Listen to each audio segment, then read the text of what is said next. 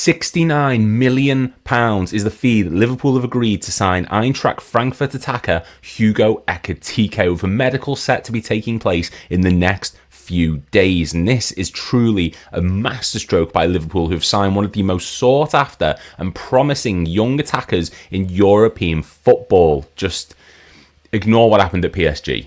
Just forget about it and we'll be fine. Now, while many people had it in their heart of hearts that Alexander Isak was the way to go, myself included, this is far from a poor signing from Liverpool. In fact, I would go as far as to say that outside of Alexander Isak, Hugo Ekitike is the best option we could have purchased this summer. And now today, we're going to go beyond the Kop and look at exactly why Hugo Ekitike from Eintracht Frankfurt was a masterstroke signing for Liverpool, and how the future Reds number 9 will elevate our side's attack next season to new height. And before we get into that, guys, please make sure to click like and subscribe. We're on our way to 5,000 around here, which is mental to me. And make sure to leave comments down below. Let me know what type of videos you want to see going forward. So first off, we need to discuss what it is that Arne Slot has been looking for in his central striker for Liverpool. Last season, we saw a lot of evidence to suggest that the best bald man in Merseyside, sorry, Steve Hoare, wants his number 9 to operate in a Roberto Firmino style role, something which Darwin Núñez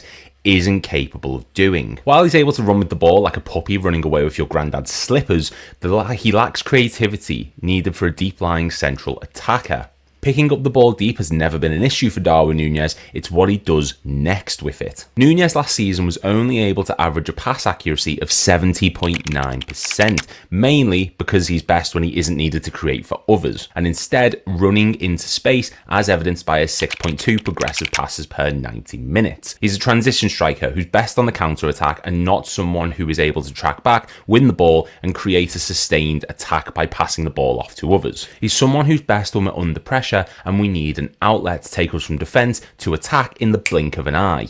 But that certain skill set does not work when we're the side dominating the ball like we saw for the majority of last season. Instead, we need someone who can open up space in front of the opposition's defence and draw midfielders and defenders close to him, giving the likes of Salah and Gakpo even more space to work with. Núñez didn't do that because defenders know it doesn't matter if he has the ball. He won't be able to do anything other than run at us. And based on the fact that last season he was dispossessed 1.67 times a match and produced 1.91 missed controls a match, it's clear that Slot doesn't see him as a long-term solution in this role. So enough ragging on Núñez. That's not what this video is going to be about. Let's get into the meat and potato of why this video exists, which is Hugo, the boss, Ekitike.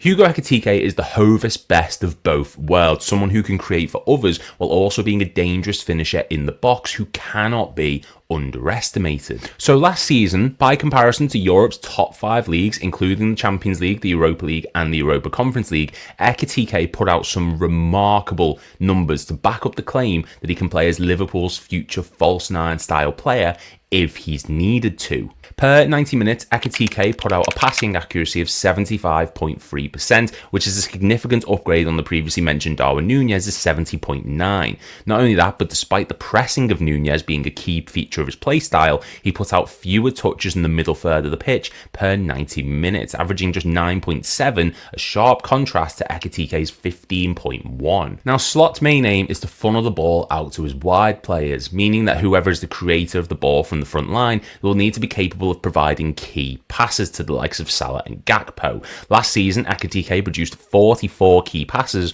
which works out at 1.6 per 90, which is in the top 5% of strikers across the top 5 divisions in Europe and the Champions League, while Núñez and the late great Diogo Jota produced just 22 combined. The Frenchman also created 3.5 shot creating actions per 90 and 0.53 goal creating actions, both of which are in the top 11% of European attackers, and shows exactly why he picked up 11 assists across the Europa League and Bundesliga campaigns. To add to this creativity, he also ranks in the top 13% for crosses into the penalty area, the top 7% for passes into the penalty area, and 4% for progressive carries. So not only is a creator in the traditional sense, but he is also capable on the transition in a similar way to Darwin Núñez. This is backed by the fact that he averaged 1.98 carries into the final third per 90 and 1.73 carries into the penalty area, both of which are in the top 5% of this metric across Europe. So what we're seeing is an attacker who's not only capable of producing for others, i.e. the previously mentioned Salah and Gakpo, but also someone who possesses that raw electric turn of pace, who isn't afraid to take on defenders in one-on-one situations. He averages 4.27 take-ons a match, with 44.4% of them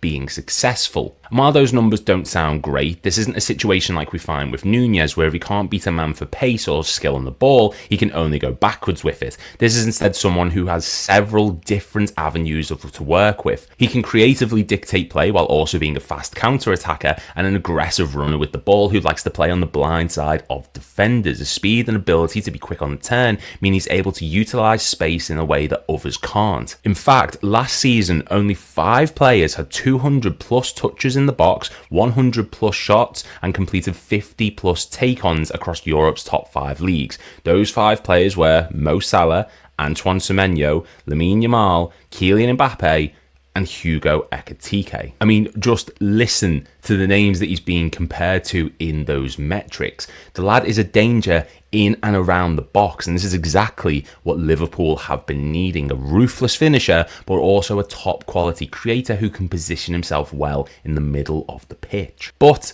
the most important thing of any attacker is their finishing, right? Well, there are a lot of positives to take away from this.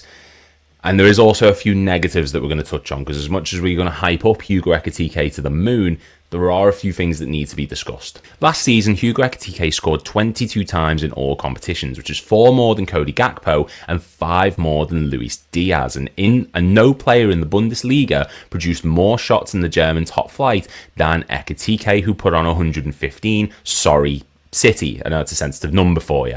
In fact, the next closest to him was Harry Kane on 110. And look at the season he had and the amount of chances he got for Bayern Munich when they romped the Bundesliga title. He's also someone who can score in big game matches. Last season, he scored against Bayern Munich, Dortmund, RB Leipzig, Bayer Leverkusen, and Tottenham in the Europa League, while also contributing to 6 goals in 5 matches during a spell back in November. In fact, the longest stint that Hugo Ekitike went without contributing to a goal or an assist was 3 matches, which came in December against RB Leipzig, Mainz, and St. Pauli, showcasing that he isn't someone who's going to go through big purple patches of poor form like we've seen at points with Luis Diaz. He's a right footer who's capable of finishing on his left from any desired angle, and is also someone who produces 3.74 shots per 90 minutes with a shot on target accuracy of 40%. Now, if that might not sound like the most immaculate numbers in the world, that's because while I believe he's an ideal candidate for Liverpool's number 9 position, there also are some negatives that we need to address. He may have scored 15 Bundesliga goals last season, but he produced an XG of 21.6, showcasing his ability to miss several high-profile chances. In fact, he missed 16 of them last season, with his big issue not being converting the big chances. It's his low-probability efforts being the main issue. He can score some high profile top quality finishes, but it's those easier chances that come his way that he seems to fluff in a similar way to what we see with Darwin Núñez. And there is some cause for concern there. When we're worried too much about putting him into dangerous areas, we're going to give him chance after chance, but when you need those easy chances going in the back of the net, there can be a bit of negativity around this surrounding Hugo Ekitike. Not only that, but he also missed 2 penalties last season, which isn't a major concern. Salah's going to be on penalty duty, we all know this, but if he is ever in that situation, there will be nerves surrounding it, in a similar way to Núñez, like we saw against PSG in the Champions League. But given his talent for running into space and the creativity of players around him, the likes of Wirtz, Szoboszlai, Salah, Frimpong, Kerkez, etc., the lad is going to get chance after chance to showcase his talent.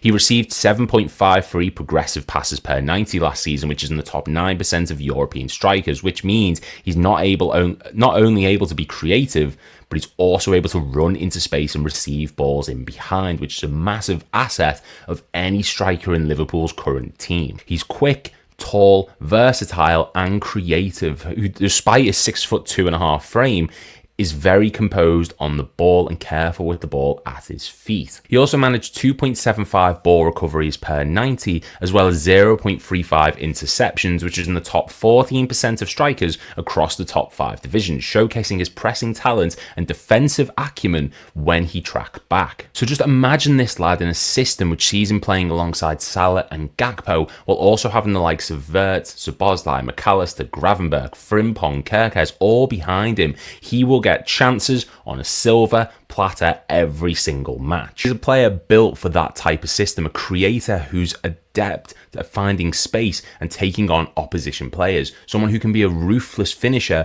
but also provide for others when in deep lying positions. His heat map shows this, showcasing just how versatile of a forward he is as a whole. Now, to end this off, I'm going to give my quick thoughts on the signing as a whole, because this doesn't just represent a massive signing for us tactically, potentially signing our new number 9, our new false 9, but it also represents another indication that Liverpool are back on the top of the mountain and we're going nowhere. We proved once again that we have the pulling power to sign Europe's elite when we brought in Florian Wirtz a few weeks ago, and we've done it again, beating a multitude of sides to the signing of Hugo Ekitike, including Newcastle. It's a statement of intent for us, and it's one of the most highly rated and promising attackers out there joining us, and it shows that long gone are the days of us being linked to the likes of Alexis Sanchez and Cesc Fabregas and Chouameni and bringing in Balotelli, Ricky Lambert and what have you.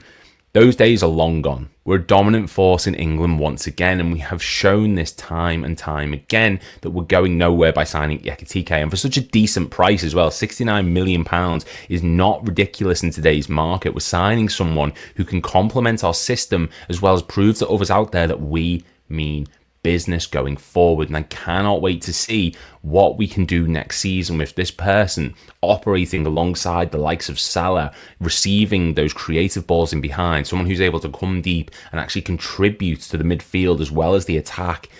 It's such an exciting prospect, and I cannot wait to see it. Let me know in the comments, guys, how many goals do you think Hugo Ekitike is going to register next season, and how many assists in the Premier League? He's going to be a creative force as well as an outlet, and let me know what you think of the video. Do you like this style of video? Do you want me to just go back to the top 10s? Let me know. Please make sure to click like and subscribe. We're on our way to 5,000, and I will see you all in the next one.